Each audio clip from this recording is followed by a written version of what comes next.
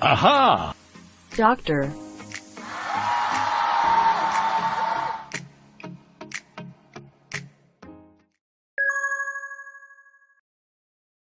안녕하세요. 예진산부인과 원장, 산부인과 전문의 오상윤입니다.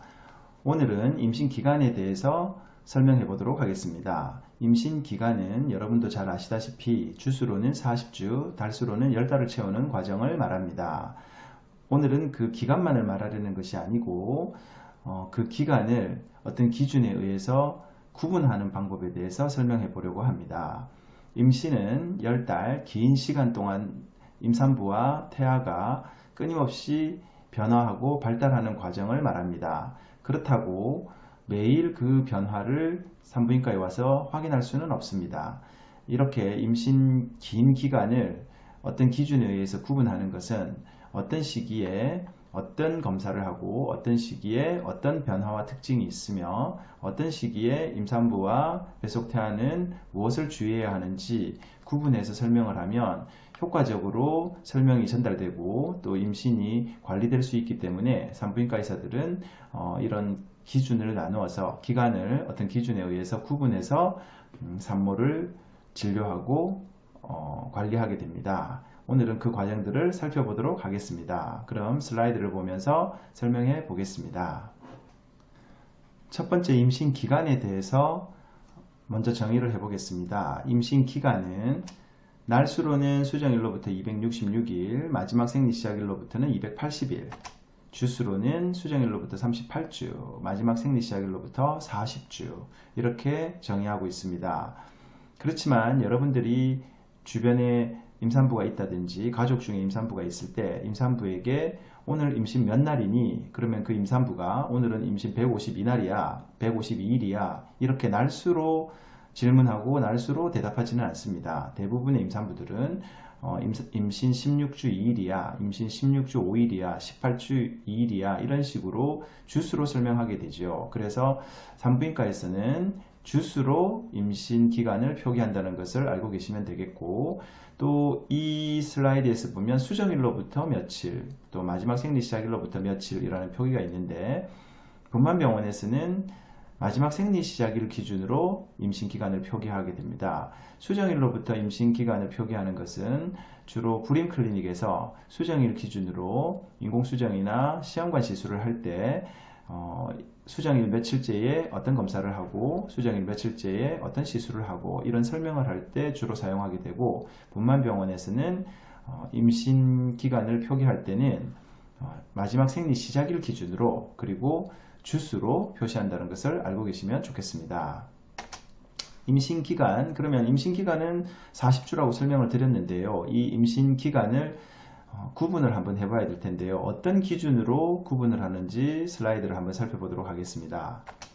먼저 아기 성장 기준으로 살펴보는 방법이 있는데요. 아기 성장 기준으로 살펴본다면 수정을 했을 때 남편의 정자와 부인의 난자가 합쳐져서 수정란 세포가 만들어지고 그 수정란이 대략 2주 정도 분열을 하면서 여러가지 세포 형태를 만들고 일정 세포 덩어리를 만들게 됩니다. 이 과정을 수정란 분열기라고 하고 임신 수정일로부터 3주 그러니까 마지막 생리 시작일로부터는 5주에서 10주 사이에는 여러가지 장기들이 만들어집니다. 이때는 세포들이 장기를 만들면서 점진적으로 사람 모양을 형성하는 과정이 배아기라고 할 수 있습니다.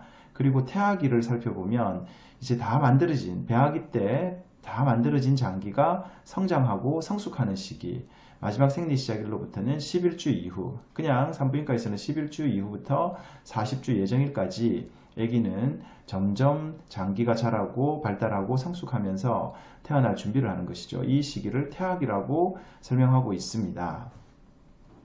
임신 기간을 아기 성장 기준으로 구분하는 방법을 그림으로 다시 설명해 보도록 하겠습니다. 정자와 난자가 만나서 수정란이 만들어지면 단일 세포인 수정란은 약 2주에 걸쳐서 2세포, 4세포, 8세포, 상실배, 주머니배 이런 식으로 점진적으로 세포 덩어리로 분열하게 되는데 이 시기를 세포 분열기라고 합니다. 물론 이 시기는 외부 환경, 약이나 아니면 엑스레이나 이런 외부 환경에 민감하지는 않은 시기지만 어쨌든 난자와 정자의 유전자에 문제가 있어서 이런 세포 분열이 잘 일어나지 않으면 유산하게 됩니다. 이 시기에 대체로 임산부들은 임신 테스트기를 해보면 흐릿하게 두 줄이 나오고 산부인과에 와서 아기집을 보러 왔는데 아기집이 보이지 않고 또 피검사를 해보면 임신 수치는 나오고 그래서 결국 아기집을 못 보고 유산하게 되고 이러면은 화학적 임신이라고 하죠. 여튼 이 분열기를 2주 정도 그치는데 이 시기에는 문제가 생기면 유산하게 됩니다. 그리고 수정으로부터 3주, 실제 마지막 생리 시작일로부터는 5주에서 10주 사이에는 분열된 세포 덩어리가 점차 장기를 만들게 됩니다. 뇌도 만들고 심장도 만들고 눈도 만들고 귀도 만들고 점진적으로 장기들을 만들면서 점점 사람 모양으로 발달을 하게 되는데 이 시기를 배학이라고 합니다. 이 시기에는 외부 환경, 약물이라든지 열이라든지 바이러스라든지 이런 데 굉장히 민감하기 때문에 이때 문제가 생긴다면 장기의 주요 구조 기형, 아주 중요한 기형들이 발생하게 되고 또 그러한 장기의 중요한 기형들이 발생하게 되면 대부분 또 유산하게 됩니다. 물론 드물게 생존을 해서 태어나서 장애를 가지고 살아야 되는 경우도 있고 여러가지 수술을 받아야 되는 경우도 있지만 대체로 이 시기에 중요장기에 기형이 생기면 유산을 하게 되죠.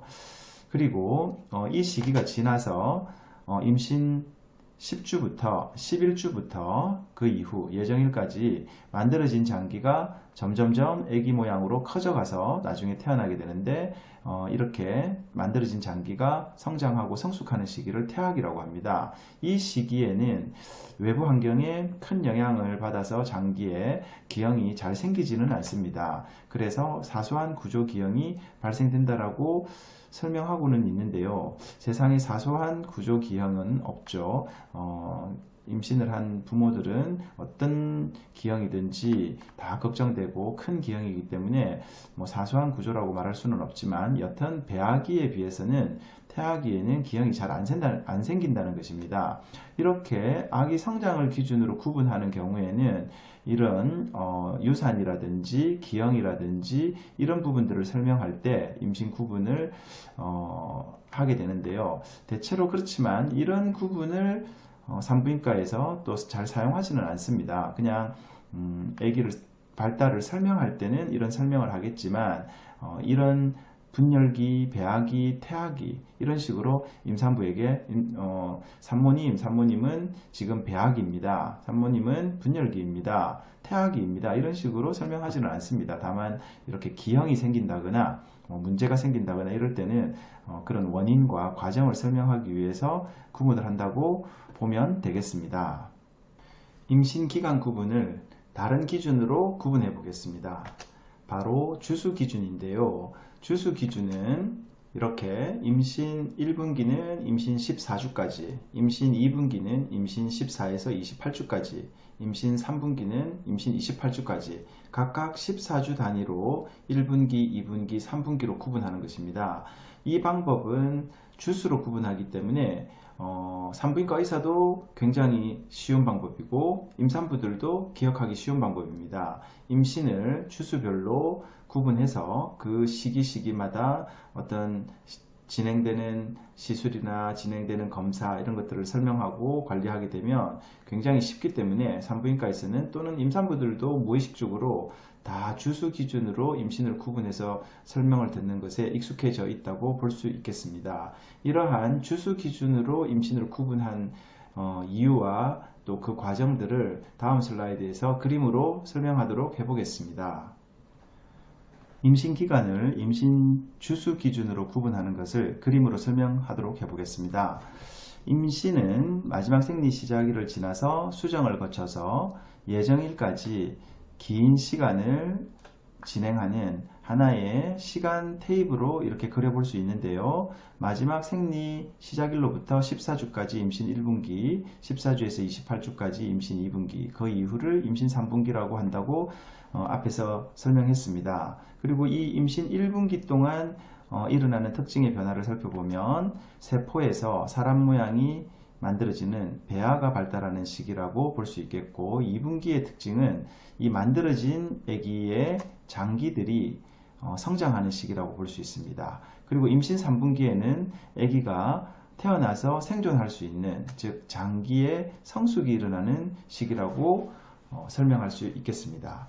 그리고 이 임신 기간을 주수로 구분을 했을 때 또 산부인과에서는 시기마다 각각 효율적인 또는 효과적인 검사들을 진행하게 되는데요. 그 검사들이 임신 1분기, 2분기, 3분기에 어떤 검사들로 프로그램되어 있는지 살펴보면, 임신 1분기 초기에는 착상 확인 초음파를 보게 되죠. 건강한 임신인지 자궁의 임신인지 이런 것들을 확인해서 정상 임신을 확인하게 되고, 또 정상 임신인 경우에 배아가 발달하게 되면 아기 심장 소리를 듣는 시점에서 임신 초기 혈액 검사나 자궁 경부암 검사를 하게 됩니다. 이러한 검사들을 하는 이유는 이번 임신을 건강하게 진행할 수 있는 임산부의 상태가 되는지, 또는 아기에게 전염될 균 같은 건 없는지, 임산부에게 질병이 있어서 빨리 고쳐야 되는 것인지, 이런 것들을 알아야 되기 때문에 이런 검사들을 1분기에 시행하게 되고,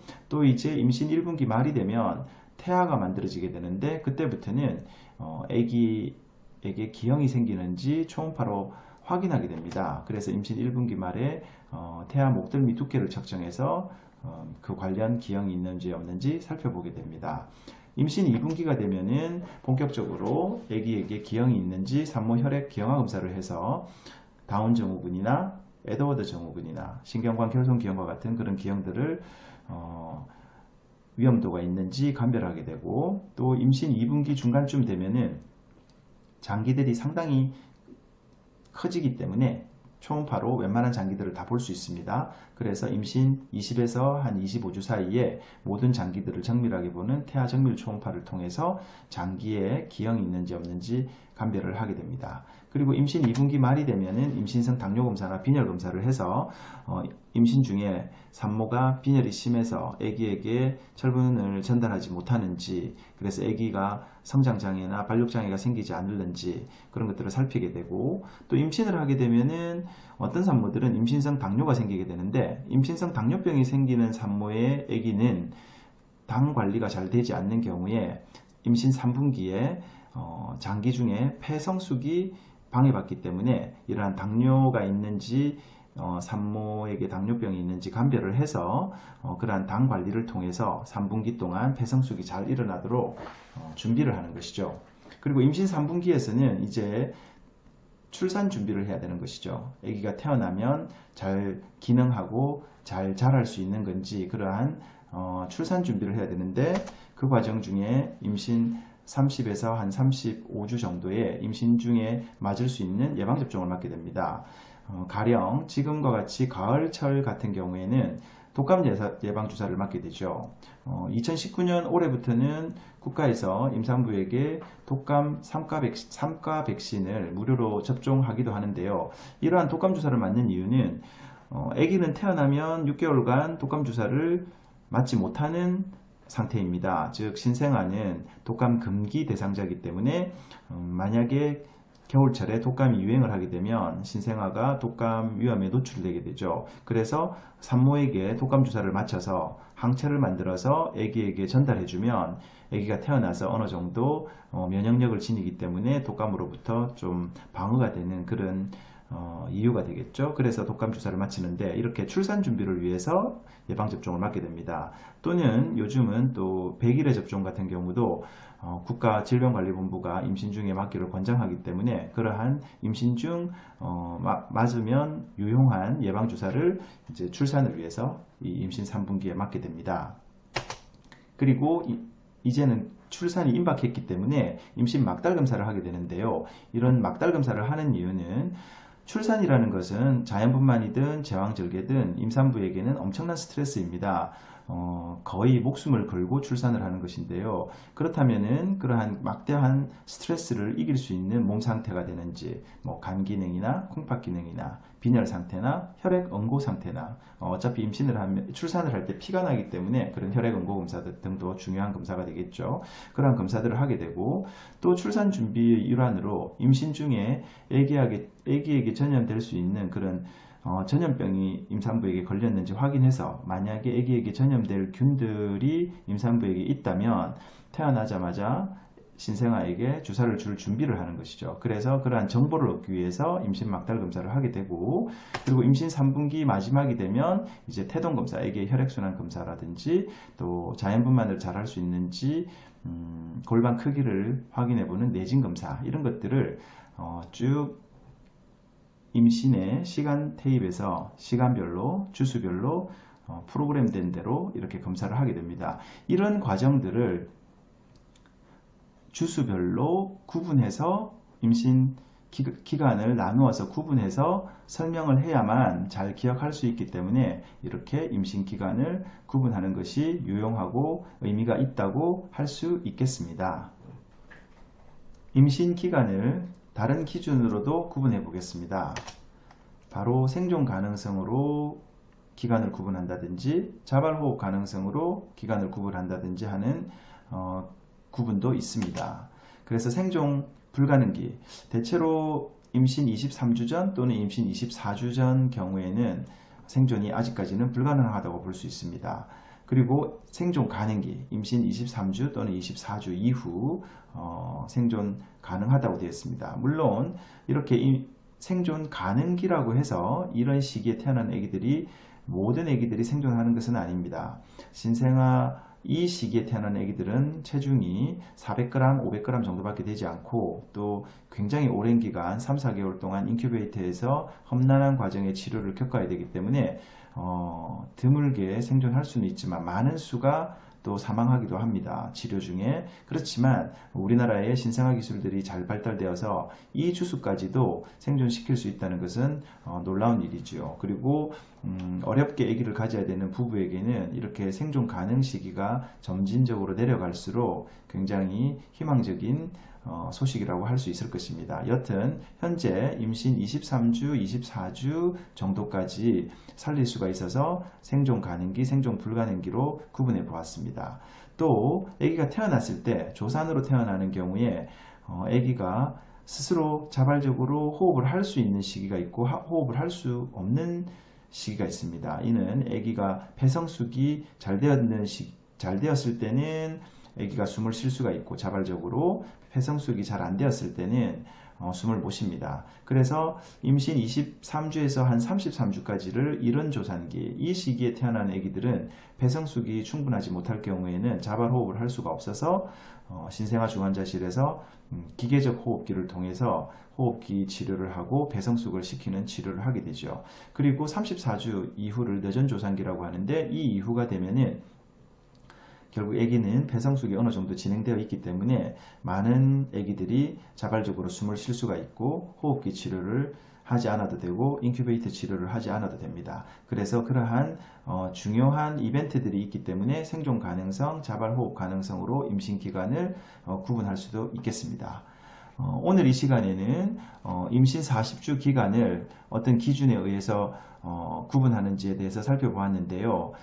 가장 많은 구분 기준은 주수로 구분하는 것입니다. 그래서 임신 주수로 1분기, 임신 2분기, 임신 3분기로 구분을 하고, 그 시기에 특징적인 임산부의 변화와 태아의 변화에 대해서 설명하였고, 또 그 시기마다 프로그램된 검사라든지 처치라든지에 대해서 정해져 있는 것을 그림을 통해서 설명하였습니다.